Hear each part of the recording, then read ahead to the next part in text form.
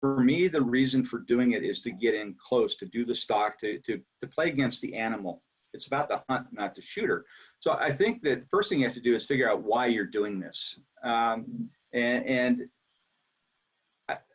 if it's that you want to really get in and do the stock, I think it kind of sets up what skills you have to have, what equipment you have to have, and what your success will be.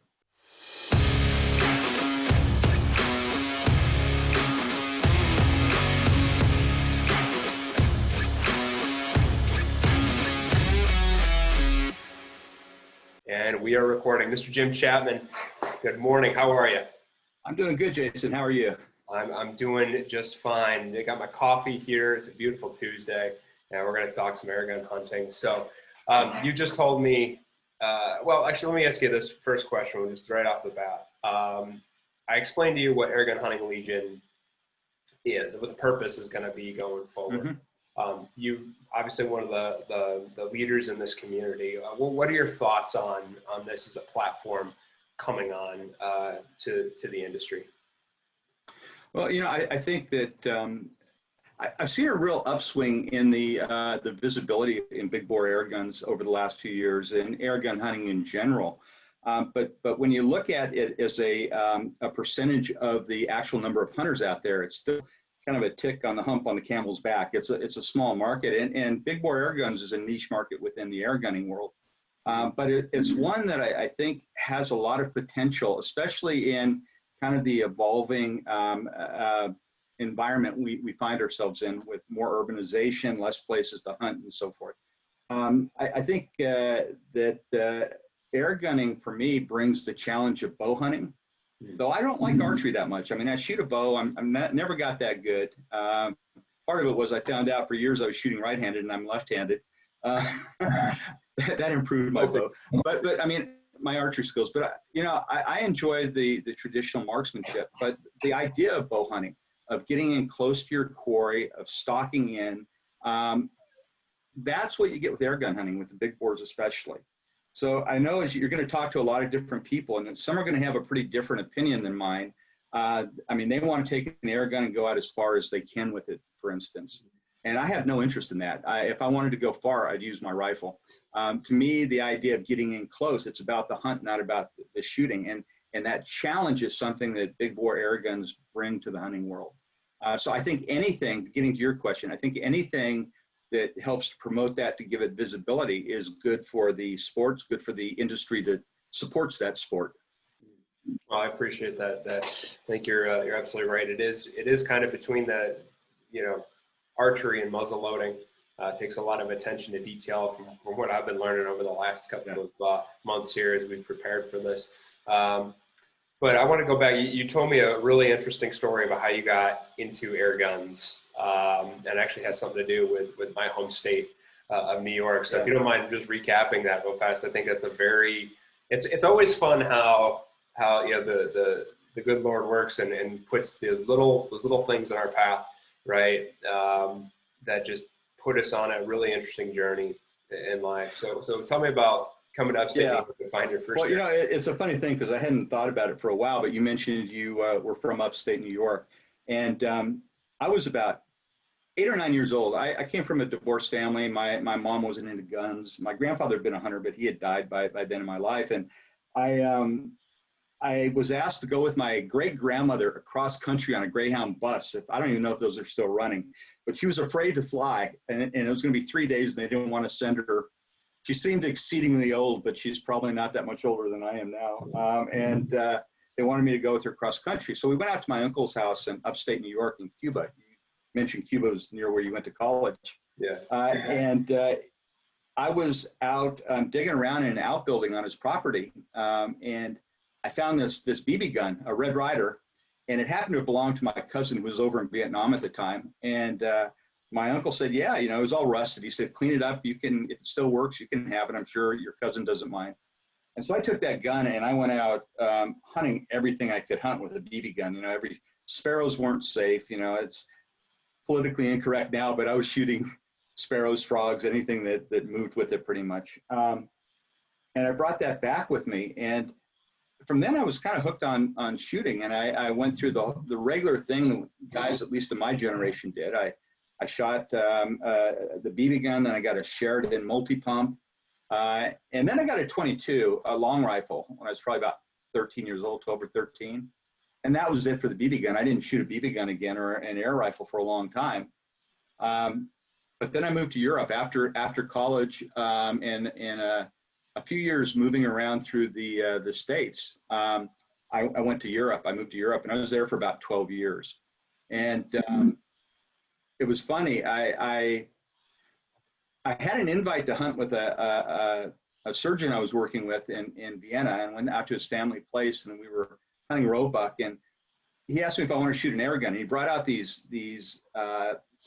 spring piston guns. They were I think they were Diana, as I recall. But these had these fine Tyrolean stocks on them. They're just amazing guns. And I shot those, and not that long after that, I found Air Gunner magazine at Schiphol Airport when I was flying out. I was living in the Netherlands when I was flying out, and there was a guy named John Darling. He's the father of airgun hunting, I think. In terms of writers, he definitely is. And I started reading all this, and I went out and bought some air guns. I lived in Holland. I couldn't hunt there, but I started shooting them. And that's what really got me back into air guns. So it's just, that was my start in New York. Then there was a hiatus for several years, and then I kind of picked up on them again in Europe. Right. So when did you talk to me about your journey though into becoming a writer? And as a writer myself, it's always that I love hearing those types of stories too, because it is a hard world to break into, and especially the one thing that is kind of neat though is that you put your kind of your flag into the ground as that was going to be your specialty. I'm probably too general. I just like telling stories and hearing stories, right? So talk to me about that journey though to when you really decided like, okay, I'm going to make this my thing. Well, you said when I broke into it, I fell into it. And what happened was that when I got back from Europe, I was only back in the States for about 4 years before I left again and went back overseas. And I was in Australia and South Africa for a long time after that. But during those years I was back, I started shooting with my air guns. I was using those more than my 22s, and I lived in the high desert in California. So I started going out all the time. I worked about half time I was overseas and half time I was in the States. And when I was home, I didn't have to do anything. So I went hunting almost every day, and started using my air guns more and more. And so then I left and I came back. And when I came back, I picked up the air guns again. And about that time, things were getting started on the internet. Some air gunning forums were popping up. And so I didn't know there were other people that were hunting with air guns in the States. So I started talking about it. But in the meantime, I'd been traveling all over and taking my air guns with me. So I had all these stories from all the places I went, and I would write about those in the forum. And there was a guy named Randy Mitchell. He's a Baptist minister in Kentucky, who had one of the first airgun hunting websites. And he contacted me on the forum and said, "Hey, Jim, your story's really good. Why don't you write something for my forum?" I said, "Okay, I'll write some stories." And I did that, and people started saying, "Well, you ought to write a book." So I wrote a book, The American Airgun Hunter. That's where that came from. Okay. That's what started everything for me. And I wrote that book, and it went out and it did pretty well. It was being sold in a lot of the air gunning shops and online. And I started my website just to sell the book. And so that's what's the first time I really wrote something out there outside of internet postings. And magazines started coming. First, companies started coming and saying, "Well, can we send you some guns to try out and report back?" And that's kind of where I evolved this thing of, well, yeah, if you send me a gun, I'm not going to say anything about it if I don't like it. If I like it, I'll write about it. Right. So that started, and then magazines started hearing about air gunning, and they wanted somebody who was somewhat articulate and knew the air guns. And somebody told them they should talk to me, and I talked to the editors at Predator Extreme. They said, "Well, we only want to do this for a couple issues, maybe a couple articles to see how it goes." And after the first couple, they said, well, this is really getting a lot of interest and really popular. And I've got to hand it to Predator Extreme. They were the first U.S. magazine, kind of mainstream hunting magazine, that started doing something regular with air guns. And I've been writing for them for, I don't know, 11 or 12 years now, I think. Okay. But once that started getting all these other invitations, so a lot of people go through the heartache of submissions and having to struggle. I started getting magazines coming saying, would you write a couple of articles for us? And it went from there. And as mentioned when we talked before, there was a time I was really into the freelance writing and I was going around and looking for it. I don't work that much at that anymore. I like writing, and we can talk about that. I like writing in some ways more than video. But it's harder to find the places that you can write for, that you can submit to. It's a lot of work without a lot of return. I started writing regular columns for Predator Extremes, regular column for Air Gunner in the UK. And there are a couple of magazines that, they come to me when they decide that they need that content. I'm their Air Gunner guy. So I still write for those, but I've started putting a lot more emphasis in the video for my YouTube, and I still do the TV show, the broadcast on American Air Gunner. Right. Yeah, I hear you on the freelance side of things. I would love to, personally, I would love to get in, have a column someday. And but when I asked one of my editors about it one time, I think it was the NRA, she's been great to me for years. She goes, those are kind of reserved spots, in the magazine. And I'm like, all right, I get it. I've only been around for a decade, so I guess I gotta grow up a little more. Well, but your point is a good one. That when they first came to me, they didn't have a lot of choices. I mean, there was a guy who's still around named Tom Gaylord. They call him the Godfather of air guns. I want to have him on. Yeah, and Tom's a great guy. He is a knowledgeable guy. I tell you what, when we used to do the roundtable on the television show, the crew would try to trick him they'd bring out some little part from a 50-year-old air gun that had broken off a piece of it, and say, hey, Tom, what's that? And everybody sit around smirking. He goes, well, that's from a 1954 H&W. He's the most knowledgeable guy around. It's great. Right. But he doesn't hunt. And then there were a couple guys named Thomas Jew and Robert Hamilton that were writing about it. I love their writing. That's what got me into wanting to do a magazine thing. And a funny story there is that Tom Gaylord was the editor of the Air Gunner magazine that was in the States at the time. Those guys were the main hunting writers.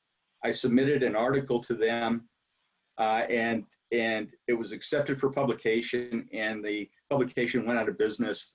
The issue I was supposed to come out in. So, but those guys, they quit writing. So there's really not that much in terms of people writing. So if I had wanted to write about bow hunting, if I wanted to write about 1911s, God forbid, there were already 10,000 guys out there doing it. And, I just, that's why I said I fell into it. It was a niche that nobody else was in then. No, I understand. Yeah, it's always interesting to try to, when you get the calls for queries for deer hunting websites or magazines, it's like, well, I know I'm not going to win the 5 ways to hunt a scrape this year, or how to pick an arrow. I know I'm not going to win that.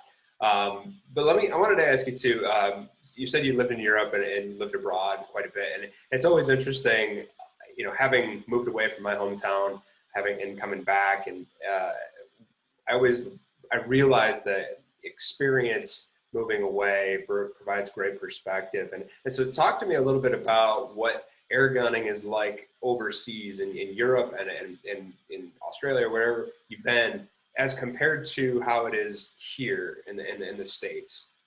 I know it's much broader, for one thing. And in terms of visibility and the percentage of people participating in it. If you look at the UK, they support 3 major magazines like Sports Afield, Outdoor Life, just on air guns. There's Air Gun World, there's Air Gun, and Air Gun Shooter, and those are 3 big glossy publications. I would venture to guess there are as many, maybe more air gun hunters than there are firearm hunters in the UK. Now, part of this is the difficulty in owning a gun there. The other is difficulty in finding a place and the expense of hunting game animals. But there's a huge market for hunting vermin, which they consider rabbits, gray squirrels, wood pigeons, corvids, crows, and magpies, those kind of things, and feral pigeons. And that's actually where air gun hunting, in my mind, kind of got started. That's the fatherland of air gun hunting. And that's where you see a lot of manufacturers of air guns coming out. Now, what's interesting is they're limited in the power they can use. If their gun puts out more than 12 foot-pound of energy, which is like a weak break barrel gun, which is what probably the greater number of them hunt with, you need an FAC, a firearms certificate, the same as you would for a firearm. Really? Which means you have to have a place where you're locking your gun. You have to show why you're going to have the gun, why you're going to use it. So there's a limit. So the first guns that were coming over here from Europe were pretty low powered. It's actually, and we can talk about this later, but it leads up to the big bores. It's the American experience that really started to lead to what you see in higher power standard caliber guns, that, you know, the 177, but mostly the 22, the 25, the 30 now. That's been driven by the American market. But anyway, there was more of an acceptance over there and understanding. And there was also a desensitization to the expensive air guns. They paid a lot of money for air guns over there, and that shocked Americans when they found out that this quality air gun was going to cost more than a Ruger 10/22 and a brick of ammunition. Right. But because there was that kind of the economic driver behind it, there was a lot of energy put into making really fine quality guns in Europe. Australia was in somewhat of the same situation. I was living in Australia when they banned all semi-autos and really started to put controls in. And I used to sit there with a tear in my eye and watch the news as they would bring truckloads of rifles and drop them into these big hoppers and crush them all. You see more people with air guns, and they do have some things to hunt over there with air guns.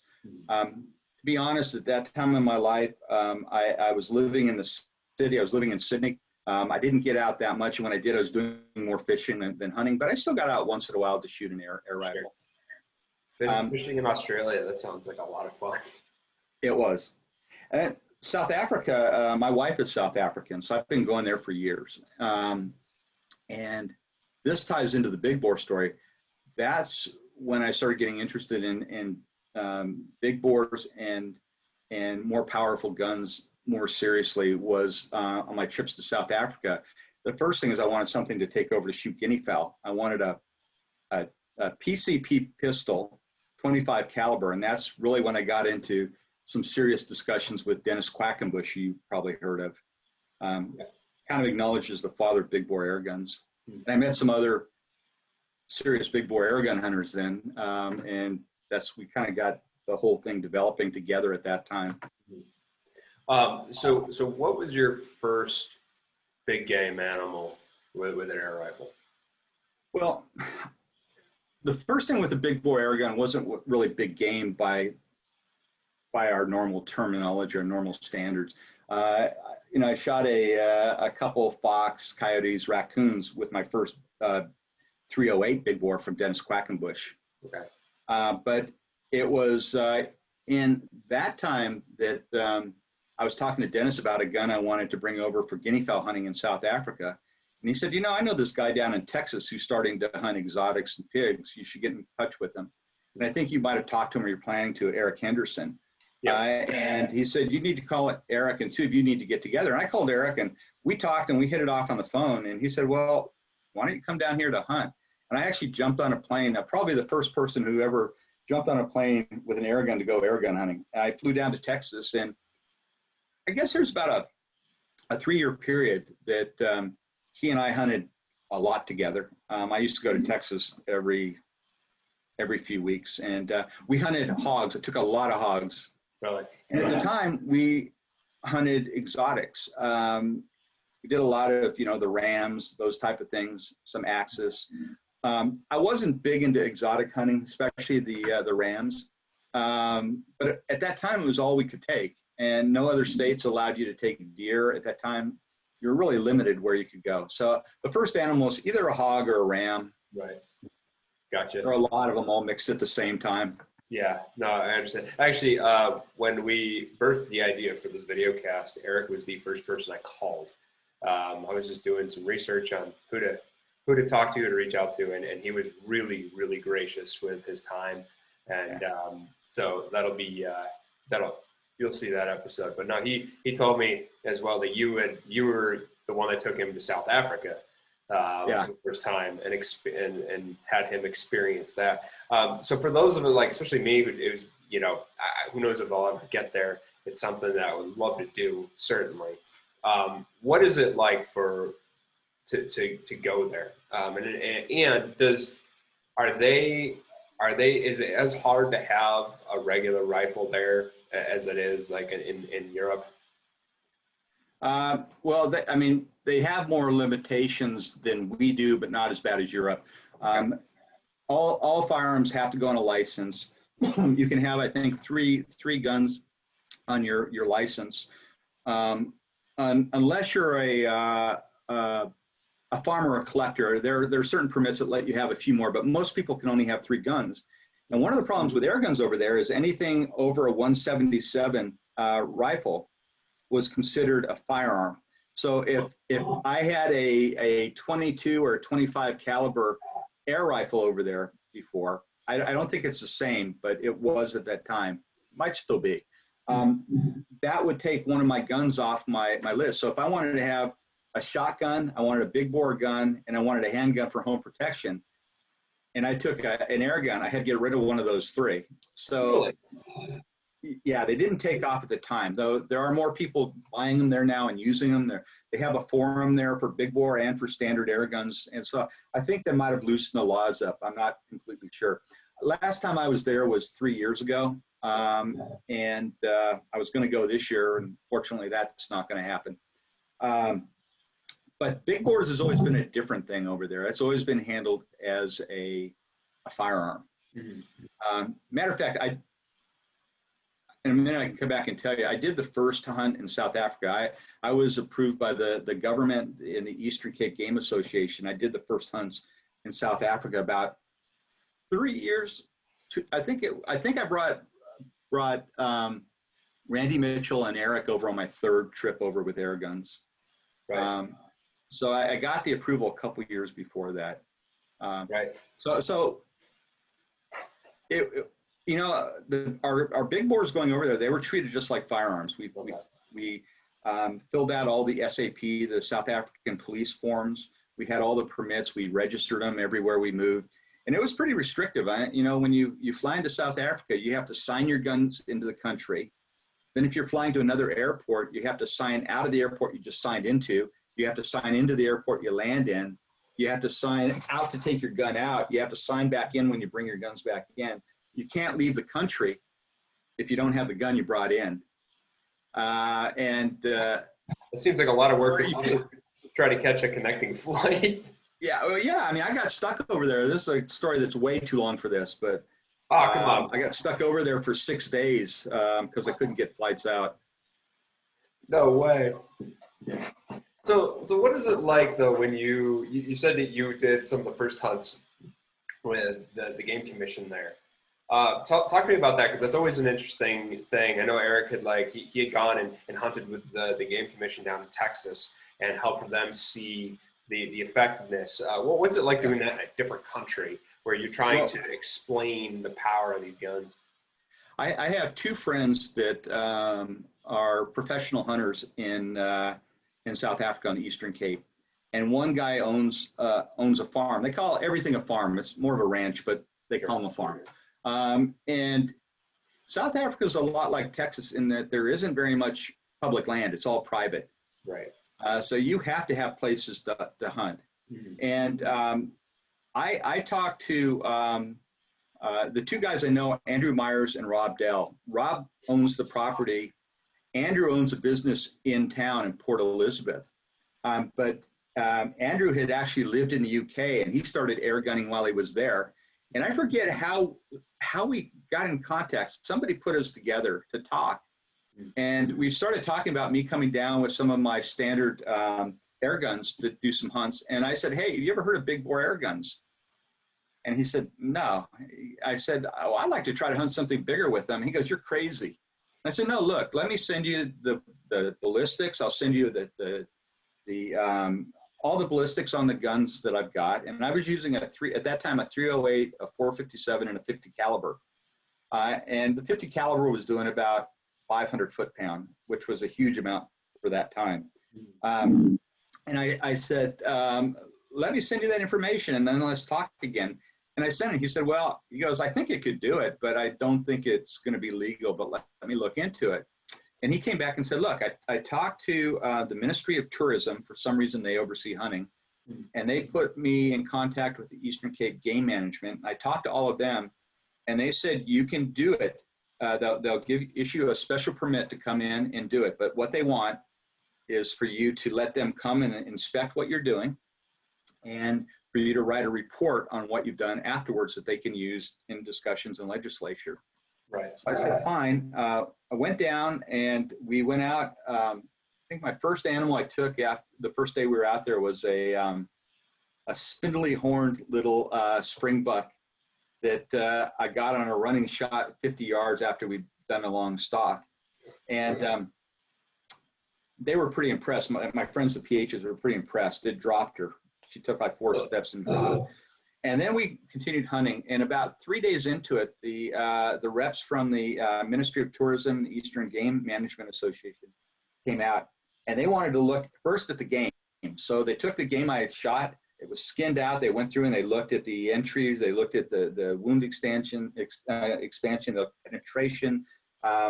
They kind of talked through with us the hunt, what happened when the animal was hit. Then we took them out on the range and that Rob has on his farm, and we shot the guns for a couple hours. Went back and had lunch. We talked through it, and they said, okay, this looks good. We don't have a problem with this. Go ahead and continue your hunt. And I found out afterwards this was kind of a check whether they're going to let me go or not. I might have been sitting in South Africa for another 6 days without being able to hunt, 7 days. So anyway, we finished out the hunt. I wrote the report. It went through. They came back and said, look, to change legislature will be exceedingly difficult to get this through. But what we're going to do is allow airgun hunters to come in through permits. So the PH can fill out the request and the invitation the same as they normally would, and we'll approve those with the air guns. So that was actually what kind of gave the approval for air guns to start coming through. So it wasn't pushed through in legislature to put it on, officially on as a method of take, but it was stated somewhere in their documentation that it would be allowed, it would be approved on a per basis, a per hunt basis. And so that's what's happening. And I've been back 7 or 8 times since. I went on another trip and brought a guy who you need to talk to. Kip Perot is another real active big bore air gunner. Okay. I took Kip and a couple of other guys with me on that trip. That was about 2 or 3 years after, about 3 years after Eric and Randy and I went. Maybe 4. And Kip works for one of the big air gun companies. And they said, well, you know what? Take a couple of our guns. We'll send a compressor down for you. So they actually gave my friends a compressor. So sitting out at the ranch right now, we've got a compressor. Before that, we used to have to go out and try to borrow every high-pressure tank in the country. Yeah. There weren't that many carbon fiber tanks around, and I needed to be able to fill up to 3,500, 4,000 PSI for some of my guns. Right, right. What company does he work for? You can say. Air Guns of Arizona. They're based in Phoenix. They're a retail store, though they do build actually one of my favorite big bore air guns as well. But mostly they're a retail shop rather than a manufacturer. Well, I'll have to get in touch with them. So let me ask you about what you do for ammo. Yesterday I interviewed Rob Vogel, who famously makes hollow points. Do you cast your own bullets for big bore? No, I'm actually in a lot of ways. I'm more of a, my thing is hunting. Yeah. I mean, I like shooting. I enjoy the air guns, but I'm not that mechanical guy or that guy who wants to do everything on the gun himself. I'm happy to let other people do it for me and then take the guns out and use them. I use a lot of Robert's bullets. I use a lot of bullets from a guy in Arkansas. It's BHD. I use a lot of Hunter Supply. I get a lot of bullets from a lot of people who send them to me, and I try them out. I, I use a lot of different bullets. Funny thing about Robert, I won't go there. I got a funny story about Robert, though. Robert, Eric, and I met on a hunt before we'd actually physically met Robert. And we walked into this lodge, and they said, "Your friend's in there." And we walked in, and we're right in front of him saying, "Where is he?" And the guy who owned the lodge is saying, "You don't know your friend?" And it turned out to be Robert Bogle. And he's another guy who's been around for a long, long time in the big bore world and done a lot of good stuff. But yeah, his ammunition is good. And what I like is that he'll get a gun and he'll work through it ad nauseum, more than I would ever have the patience for, to find what particular bullet's going to match with that gun the best. Right. And he does it with a hunter's eyes. So his stuff is good. Yeah. I feel like you and I are kindred spirits in that regard, though. I'm definitely a hunter. I can understand, I can talk to arrows a bit from the archery side. But Larry Potterfield once told a group of us, he's like, yeah, hunters don't shoot, shooters don't hunt. And I'm like, yeah, okay, I'm kind of guilty of that, Yeah. So what was I going to ask you here? So for a guy like me coming into it, obviously with a lot of experience in the field, taking a lot of game, been in some really interesting situations from a backpacking standpoint, what have you. But this is going to be a whole new world as I go into it, and I'm going into it with an open mind. How do you encourage and teach people like me that are going to be graduating into this? Because that's what it kind of feels like.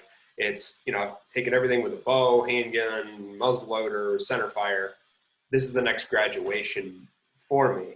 How do you teach a guy like me? What do I need to do to get started? And how do I start building those mental, those mental steps in my head to getting out in the field successfully?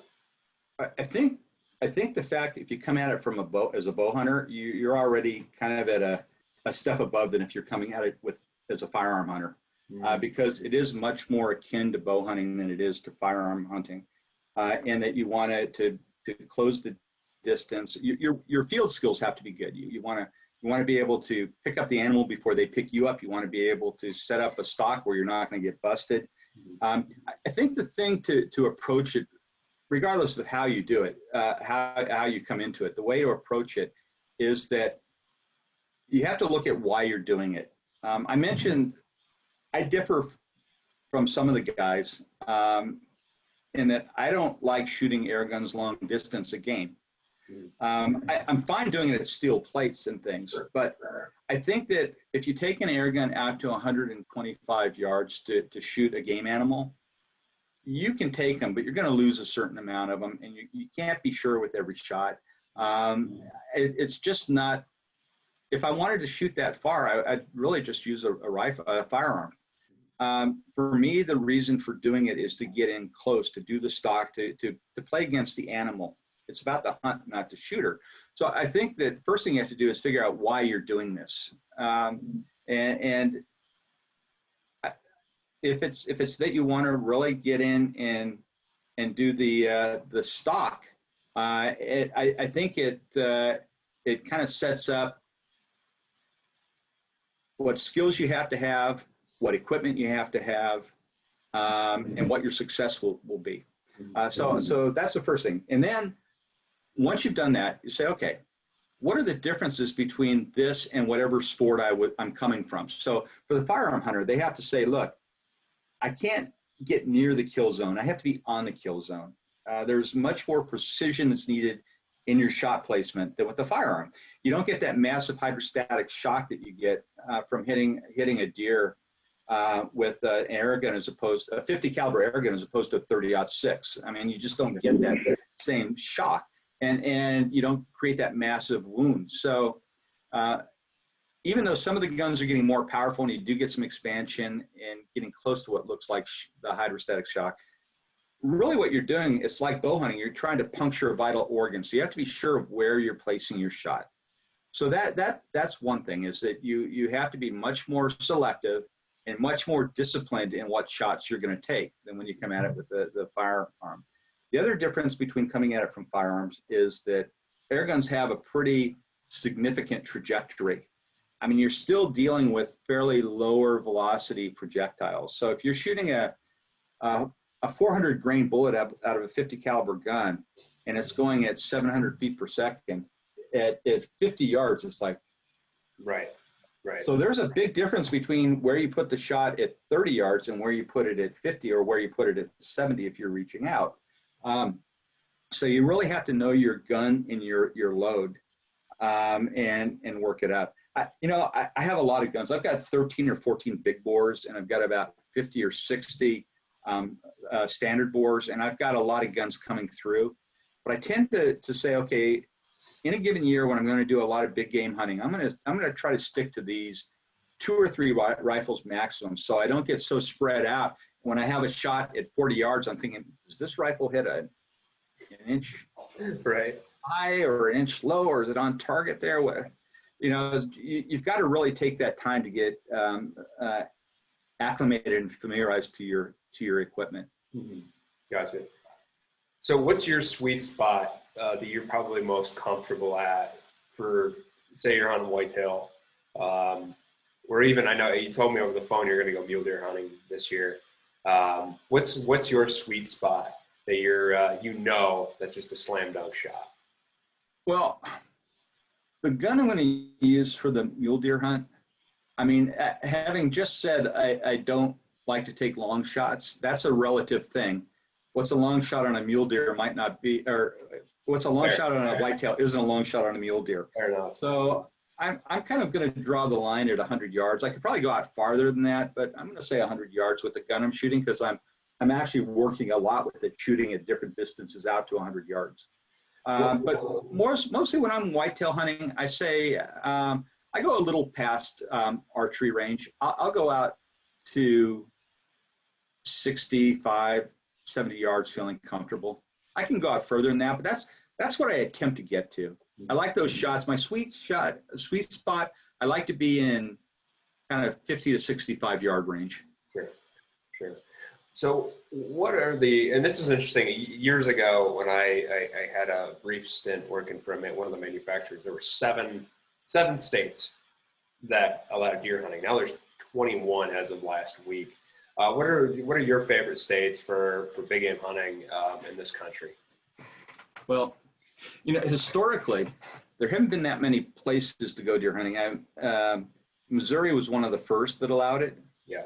That's because there was and Eric might have talked about this. There was a guy we both knew down there named Ken Cox. I think he's a sheriff in one of the towns outside of St. Louis, really into big bore air guns. And he went and lobbied the state hard and heavy. And I think that was the first, or one of the first states that allowed deer to be taken. But then you start seeing other states pop up. Alabama came up. Michigan allows it. Virginia allows it. And there are a couple others. And so I kind of go to the states to allow it. I don't hunt deer anymore in a place I can't hunt them with an air gun. Right. But I think for me, what was a game changer was when Arizona passed their laws a few years ago. They opened up everything except elk to air guns. I think they might have put air guns on the ticket now, but it was everything but everything but elk with air guns. And then a couple years after that, Texas opened up all game to air guns. So now, I mean, I love Texas. I used to live there. I love Texas anyway. I got a lot of good friends, and I have a lot of property to hunt down there. So I go to Texas a lot. Okay. What I also like is while I'm in Texas, I can hunt whitetail, I can hunt mule deer, but I can also hunt hogs. I can hunt javelinas. It's a great place for turkey. Yeah. And turkey with an air gun is a blast. That's another thing. There are, I think, 4 states now that allow turkeys to be taken with air guns. It was funny. We were talking about the turkey thing. There's a famous video from one of the first families of the outdoor industry shooting a turkey with an air rifle. And one of the things we're going to do for Airgun Hunting Legion as the platform is we're going to try to create some experiences. And I know you're doing some experiences too, inviting people down, having some spots open, come hunt. And so I want to do some cool things. Like one idea that we floated is like, well, what if we went to California, hunted turkeys, but we did it in like Napa Valley and did it with, do like a wine tasting. Cheese and turkeys. Yeah, wine tasting and turkey. Do cool things like that. But hunting, I'm diehard turkey hunter. Definitely going to need to try to hammer one with. I mean, I find it hard enough just to kill one with a shotgun. So this might be an interesting one. Interesting day. A turkey with an air gun, I think, is probably about as hard as it gets. I've hunted turkey with shotguns. I've been where you can hunt them with rifles. It's like a rifle, but with an air gun, I mean, you want to either take a headshot, which is hard with a moving turkey, or at the base of the neck when they're moving away, and because the neck doesn't move that much. Right. You can take them with body shots. I did some experimenting with body shots, but it's a challenge. I mean, everything else applies, getting them in and everything that you need to do and staying still, but you also have to be able to get your gun lined up right on target and take a pretty precise shot. Right. It's funny you mentioned that first family that turkey hunted. I was out hunting with the same people that she was hunting with right before that for the TV show, and Rossi, the guy that I do the air gunner show with, Rossi Morreale, he went out there with him as well. But they hunt in a very kind of suburban area. What I really like is I've gone out with the guy up there a couple of times where you hunt the foothills of the Rockies, and you get out in a different experience instead of the kind of the farmlands and stuff. You're just really out there. But California's got a lot of turkeys, and they have pretty liberal takes. You can shoot 3 of them. Well, I might have to pick your brain on that and set that up for spring 2021 when hopefully all this stuff is over. And it feels like at some level too that California could be a sleeper state for great air gunning, just because of how crazy the rules are there for firearms, in itself. I mean, do you see that at all with Yeah, but you say sleeper state, but California was actually and nobody in the shooting world likes to give California credit for anything, but California was actually one of the first states that put air guns on the books years ago. Gotcha. And they allowed turkey hunting years before anybody else did with an air gun. Gotcha. And they allowed air guns to be used for all small game. So they lagged on the big bore side, but on the small bore side, they were actually a pretty progressive state. And a lot of that was due to those guys I mentioned earlier, Robert Hamilton and Thomas Jew, that what you need to get these laws, you need somebody who's a true believer, who can speak well and is ready to go in front of whatever legislative or regulatory committees they have to go in front of to get it legalized. Right.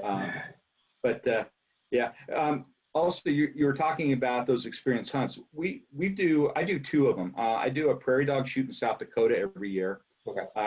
I've got a buddy who owns a place called Bad River Bucks and Birds, and he does all kinds of big game. But in the off season, he does prairie dog shoots. And I put together. He's always booked out, but he keeps a weekend for me. And we have the whole lodge. It's only for air gunners. So you get a bunch of fanatics all together at one place. We bring compressors. The place is it's equipment nirvana for air gun geeks, because everybody brings 4 different guns for shooting prairie dogs for 2 days. And the other one we do is at another friend's place, the Huckabee Ranch down in South Texas, where we do a javelina hunt. And we had to cancel both of them this year because of the pandemic. Yeah, no, I think everyone's going to be really ready to get after it hard next year. And I think this hunting season in general is going to be a zoo in the woods, just from the number of people buying guns, even bows. My archery shop is having a record year. I think there's going to be a lot of folks that are just really eager, but no, I would absolutely, in the future, I would love to learn firsthand from you if there's ever that opportunity. So that'd be great. I went down to Nebraska for their opening squirrel season, because it opens early.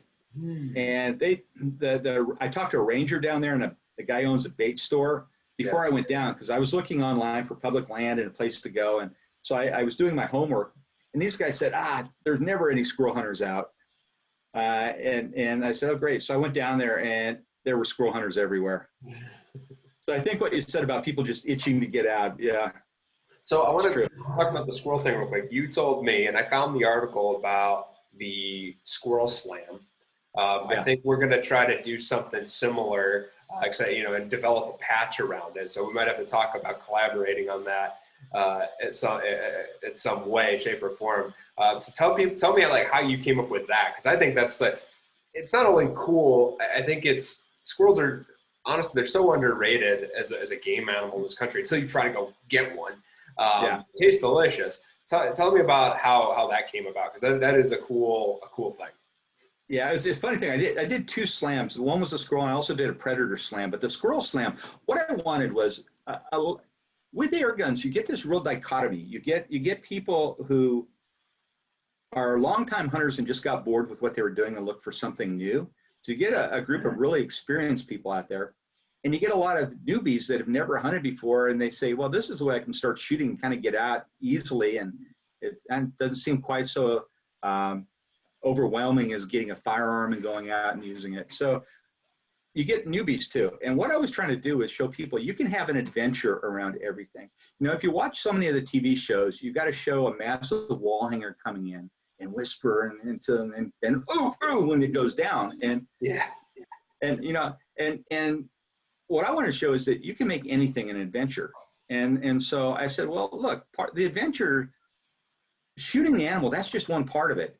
A part of it is going to a place, maybe setting up a camp, maybe going out in the woods for an hour or 2 hours or 3 hours. And it doesn't matter what you're out after. Part of that pleasure and that adventure should be that process of being out there and hiking through it. And so I've been talking a lot about you should get that sense of adventure from any type of hunting you do. And then I started thinking, well, you know, I've got a friend who's fanatical about the Grand Slam of turkey hunting. And I got another friend who's fanatical ram hunter, you know, and the sheep hunter and the Grand Slam.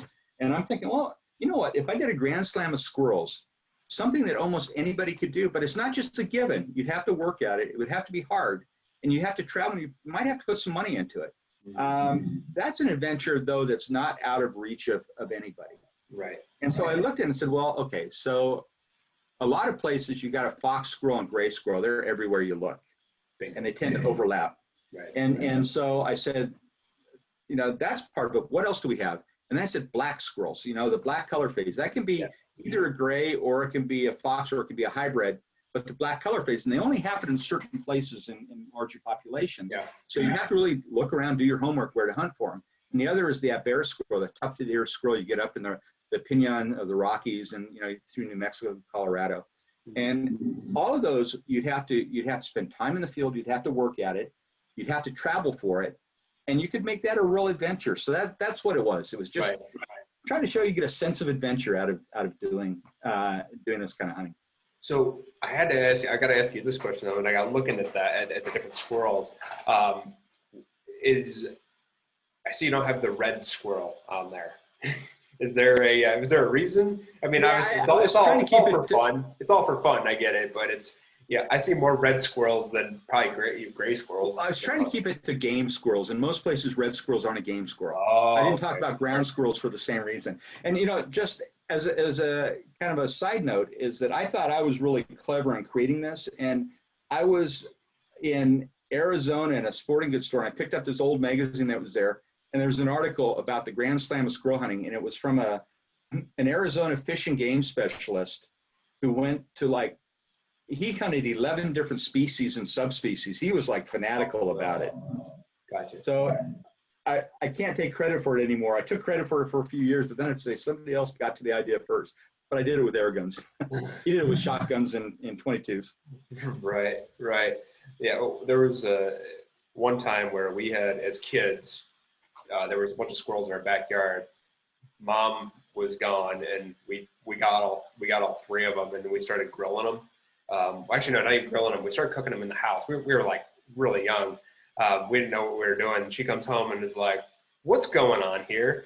There's all these squirrels splayed out in the kitchen. God bless that woman. She put up with a lot of our adventures over the years, a lot of mud and what have you. But I don't know. So any kind of final thoughts here? I could talk hunting all afternoon, but any final thoughts you have to share?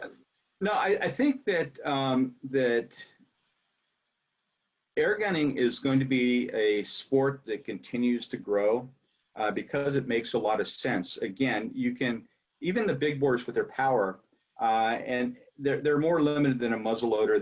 They're much quieter, so they kind of fill in that gap between bow hunting and even muzzleloaders. Yeah. So there's practicality. There's a sense of challenge, and I think American hunters, more than hunters anywhere else I've been to around the world, are always looking for a new adventure, a new challenge in their hunting. And I think that's going to drive a lot of the growth.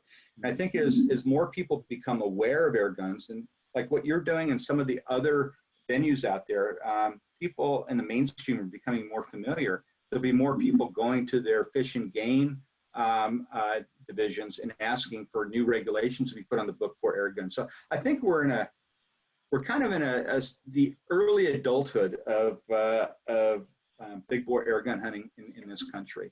And I think it's going to keep developing at a pretty rapid pace. No, I totally agree. And I think that, obviously the states opening up helps. And it's kind of funny what you said there. Like, we like, as American hunters, we like to make things harder. I don't know where that really comes from. Maybe it's just part of the American grit of the scenario. But it'll be interesting to see how we can continue to help take this mainstream and push it as a concept, as the next evolution in hunting. So, but I can't thank you enough for your time today. And I know it's been a pleasure. An hour. And tell people where they can find you on social and online. Yeah, my YouTube channel is American Air Gun Hunter. My Facebook, my website, AmericanAirGunHunter.com.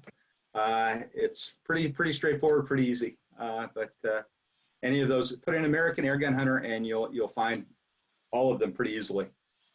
Awesome. Well, thank you everyone for joining us. Don't forget to join us on Facebook and Instagram at Airgun Hunting Legion. Sign up to become a member and help us as we continue to grow this platform. So I thank everybody for tuning in today. Mr. Chapman, thank you. We'll have to do this again, and I look forward to hopefully learning from you directly as this project takes off and continues to grow. So thank you so much. Well, thank you. I enjoyed having a chance to meet you face to face, kind of. Yeah, kind of. It's like that old weird thing saying an email, like, nice to make your acquaintance via email. Yeah. But got to adapt and improvise these days.